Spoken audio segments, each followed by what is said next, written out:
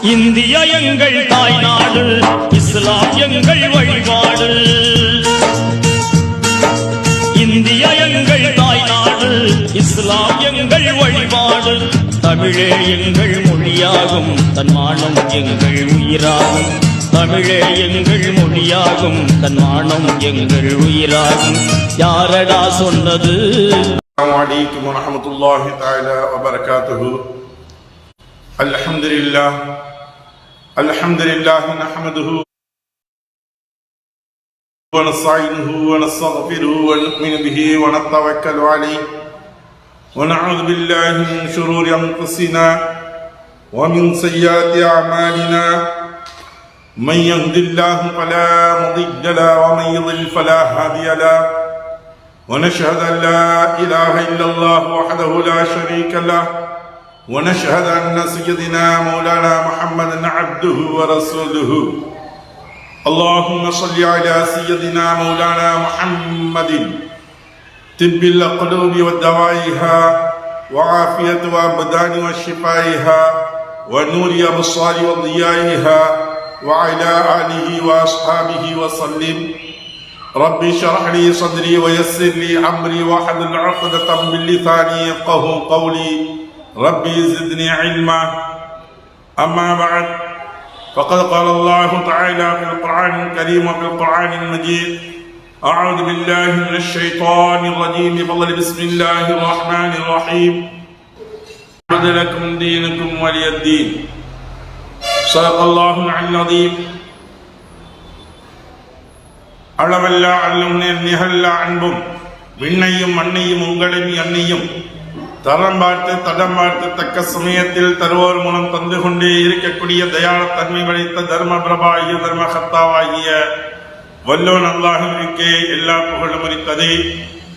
இன்னும் அவனின் தூதன் நமது நாயர் காத்தம் நபி, முத்தரி நபி, சம்மல் நபி, சீரி நபி, அஹமது முஸ்தபா முஹம்மது தல்லா சர்தாரே ஆயிலம் ரசூலே கரீம் ஸல்லல்லாஹு அலைஹி வஸல்லம் அன்னார்கள் மீதும் அன்னார்களுடைய அளவில்லா குடும்பத்தார்கள் மீதும் அவர்களை பின்பற்றி நடந்து வந்த சத்திய உத்தம சஹாபா பெருமக்கள், தாபீன்கள், தபா தாபீன்கள், அவுலியாக்கள், அன்பியாக்கள், நாதாக்கள், ஷோதாக்கள், முத்தகீன்கள் மேலும் நல்லடியார்கள் மீதும் உங்கள் மீதும் என் மீதும் இறைவனுடைய சாந்தி என்னும் சமாதானமலை என்றென்றும் நிகழ்ந்து கொண்டே இருக்கட்டுமாக. அருமைக்குரிய சகோதரர்களே, பெரியோர்களே, இன்று நாம் பார்க்க இருக்கக்கூடிய தலைப்பு இஸ்லாமும் விஞ்ஞானமும். இன்று பல்வேறு நபர்கள் இஸ்லாம் போதிக்கக்கூடிய போதனைகளை ஏளனங்கள், நையாண்டிகள், நக்கல்கள் செய்து கொண்டு சிலர்கள் பேசிக் கொண்டிருக்கின்றார்கள். ஆனால் இஸ்லாம் எந்த அளவிற்கு தெளிவாக சொல்லியிருக்கின்றது, மனிதனுடைய புத்திக்கு உரைப்பது போன்று விஞ்ஞானத்துடன் போட்டி போடக்கூடிய அளவிற்கு இஸ்லாம் அத்தனை விஷயங்களையும் நமக்கு எடுத்துச் சொல்கின்றது. அல்லாஹு தஆலா தன்னுடைய திருமறையாம் அருள்மறையில் சொல்லும் பொழுது தெளிவாக சொல்லி காட்டினான்: லக்கும் தீனுக்கும் வலியத்தீன்.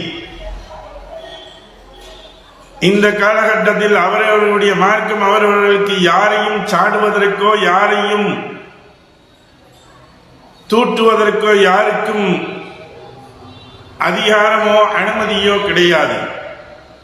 அது எந்த ஒரு மார்க்கத்தை சார்ந்தவர்களாக இருந்தாலும் சரி, எந்த ஒரு மதத்தை சார்ந்தவர்களாக இருந்தாலும் சரி, எந்த ஒரு இனத்தை சார்ந்தவர்களாக இருந்தாலும் சரி, அவர்கள் அவர்களுடைய கொள்கை, கோட்பாடு, வழிமுறைகளின் பிரகாரமே நடந்து கொள்ள வேண்டுமே தவிர மற்றவர்களை அவர்கள் ஏசுவதற்கும் பேசுவதற்கும் ஏளனம் செய்வதற்கும் எந்த இடத்திலும் இஸ்லாமுடைய மார்க்கமும் சொல்லித்தரவில்லை. இன்னும் இந்திய அரசியல் சாசன சட்டமும் நமக்கு அதற்கு இடம் கொடுக்கவில்லை. யார் பிறரை பற்றி ஏளனமாக பிறருடைய வழிபாடுகளை பற்றியோ பிறர்களுடைய வணக்க வழிபாடுகளை பற்றிய ஏளனங்கள் பேசக்கூடிய சமயங்களில் அவர்கள் இறையாண்மைக்கு குந்தகம் விளைவித்தார்கள் எனக்கூடிய தேச துரோக சட்டத்தின் பிரகாரம் அவர்களை கைது செய்வதற்கும் அதிகாரம் இருக்கின்றது. அருமைக்குரிய சகோதரர்களே, பெரியோர்களே, நம்முடைய இஸ்லாம் சொல்லக்கூடிய வழிமுறைகளை முதன்மையாக நாம் பார்ப்போம். இதில் ஒரு சில விஷயங்களை மட்டும் நான் மேல் குறிப்பிட்டவனாக கூற எண்ணுகின்றேன்.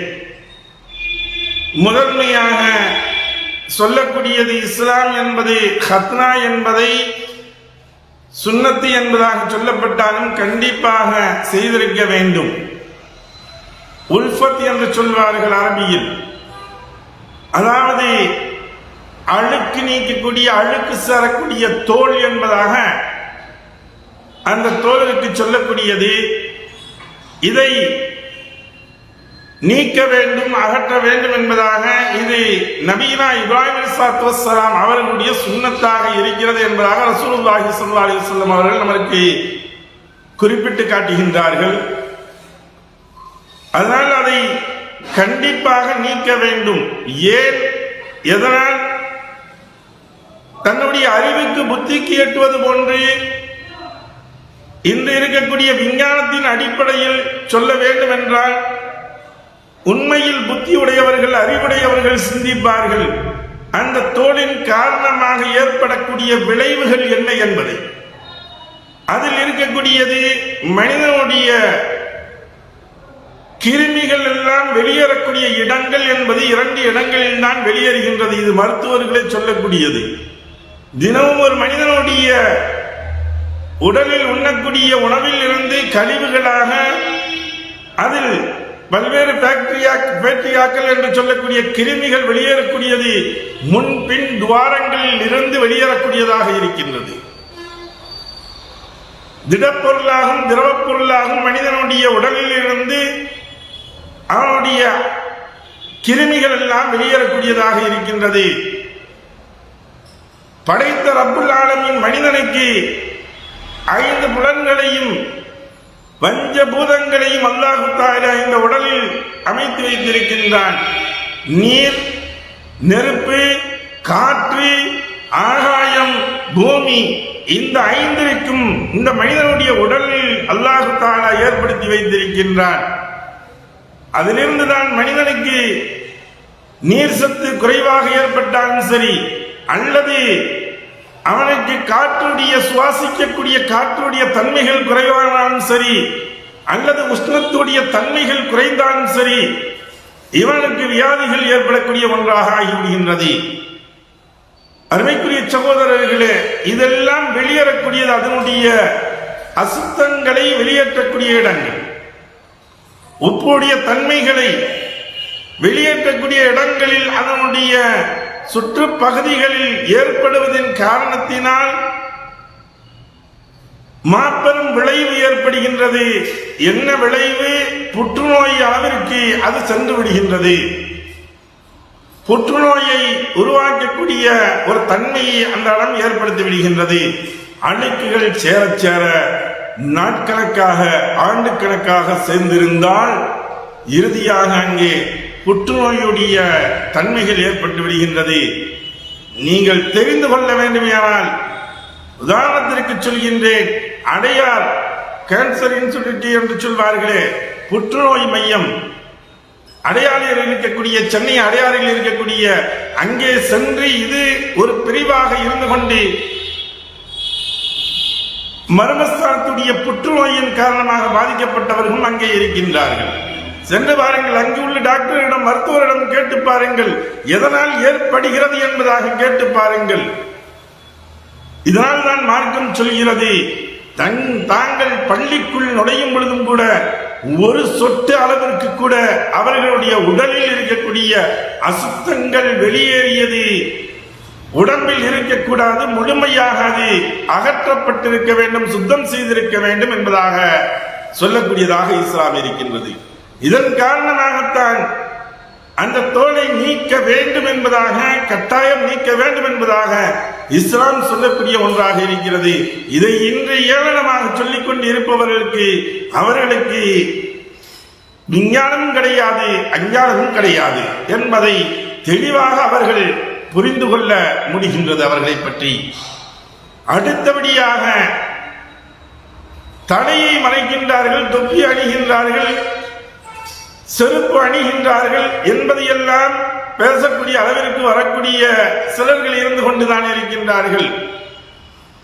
மனிதனுடைய மூளைக்கு செல்லக்கூடிய உடல்களில் உஷ்ணத்தை ஏற்படுத்தக்கூடியது சூரியனுடைய வெப்பத்தின் காரணமாக தலையின் பகுதியில் இருந்தும் கால் பகுதியில் இருந்தும் தான் இவனுக்கு உஷ்ணத்தை அதிகப்படுத்தக்கூடியது ஏற்படுத்தக்கூடிய ஒன்றாக இருக்கிறது.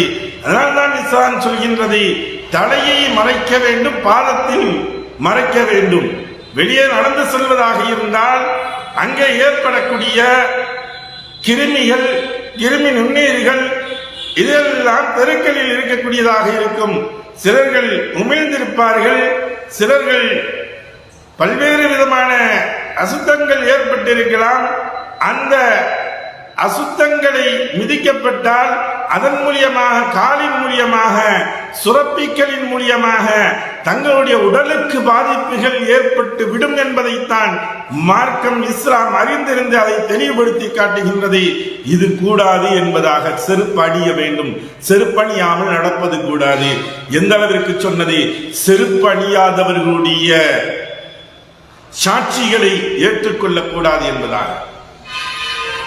ஏதாவது ஒரு குற்றங்கள் செய்யப்பட்டவர்களுக்கு சாட்சிகளாக அங்கே நிறுத்தப்படுகின்றோம் என்றால் அவர் செருப்பணியாத நபராக இருந்தால், செருப்பணிந்து நடக்கக்கூடிய நபராக இருந்தால் அவருடைய சாட்சியம் கூட ஏற்றுக்கொள்ளக் கூடாது என்பதாக சொன்னார்கள். ஏனென்றால் காலின் உஷ்ணத்தின் காரணமாக தங்களுடைய மூளைகளுக்கு சென்று இவர்களுடைய நினைவாற்றலையே போக்கும் அளவிற்கு ஆகிவிடுகின்றது. அதனால் தான் கால்களில் செருப்புக்கள் அணிய வேண்டும். தலைவனுடைய உஷ்ணத்தை அதற்கு ஒரு நேரத்தை குறிப்பிடுகின்றது என்றால், ஆம், 1400 ஆண்டுகளுக்கு மேன்மையாக ஒரே மாதிரியான வழிமுறைகளை பின்பற்றி நடந்து வருகின்றோம் என்றால் ஒருவர்கள் காட்டப்பட்ட ஒரு வழிமுறைகள் நான் அனைவரும் அதை பின்பற்றி தொழத்தான், அதை பின்பற்றி நடக்கத்தான் இன்று வரை அந்த செயல்பாடுகள் எந்த ஒரு மாற்றங்களும் இல்லாமல் அதே போன்று ஒரே போன்று நடந்து கொண்டே இருக்கின்றது. அவர்களுடைய இஷ்டத்திற்கு என்னுடைய நினைத்த நேரத்தில் நான் தொழுது கொள்ளலாம், மணங்கிக் கொள்ளலாம் என்பதாக இருந்தால் இவர்களுடைய போக்கிற்கு சென்று விடுவார்கள்.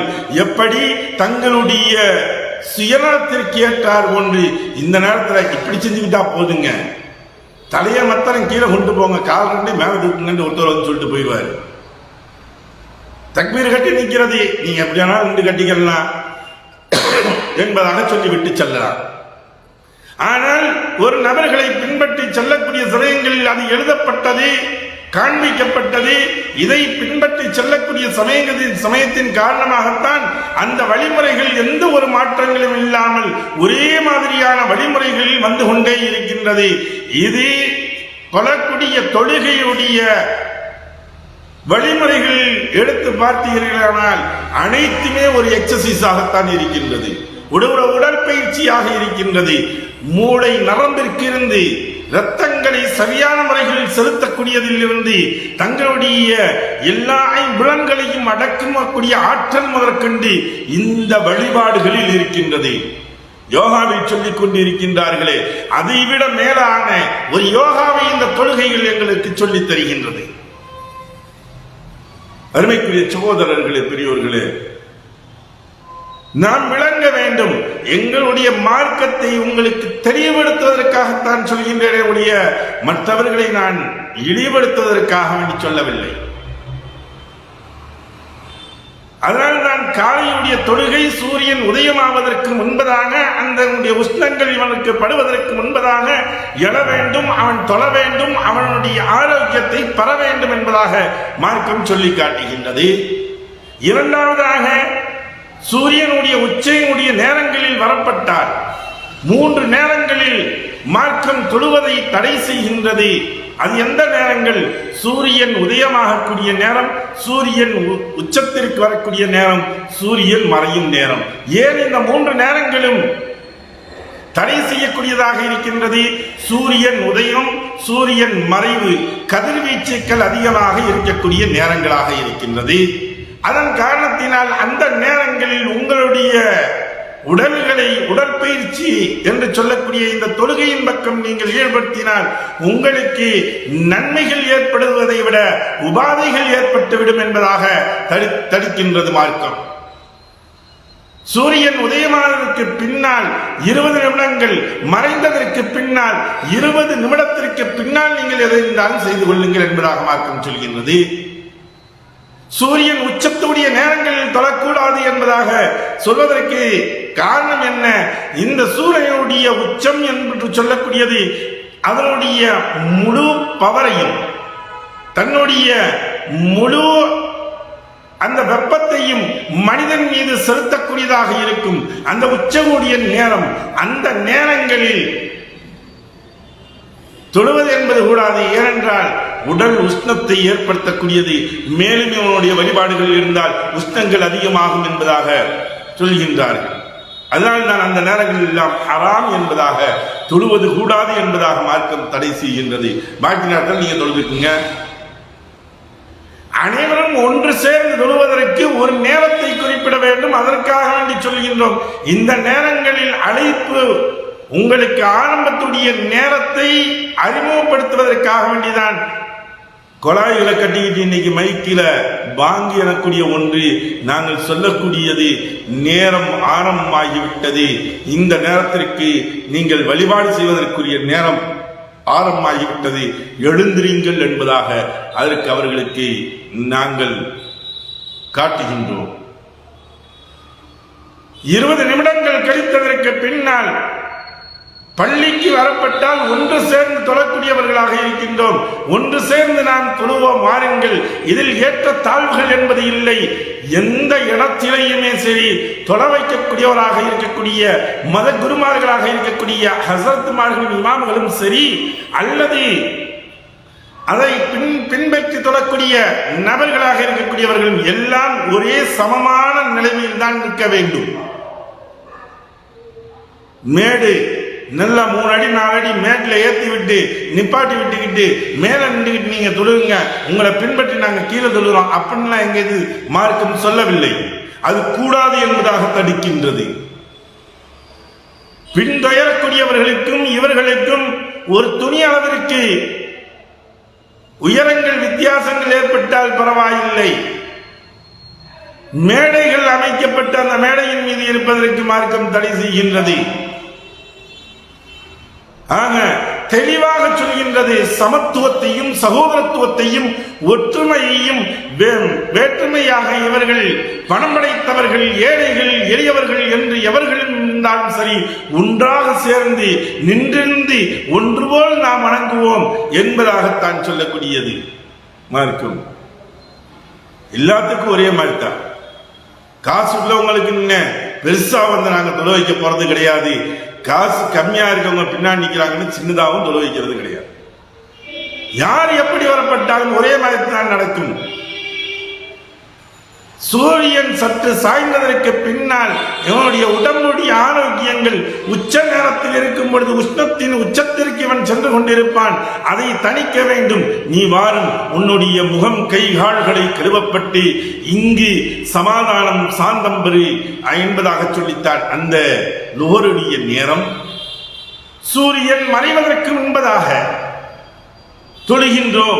அசருடைய நேரம் என்பதாக சொல்கின்றோமே, இந்த அசருடைய நேர தொழுகைகள் எப்படி தணிவுகள் ஏற்பட்ட உடனே கொஞ்சம் உஷ்ணங்கள் எல்லாம் தணிந்து குளுமையும் இலேசான சூடும் கலந்த சூழ்நிலைகள் இருக்கக்கூடிய அந்த தென்றல் காற்றுகள் வீசக்கூடிய நிலைமைகளில் இப்பொழுது உன்னுடைய இறைவனை நீ மறந்து விடாதே, நினைவு கூறு என்பதாக சூரியன் மறைந்ததற்கு பின்பு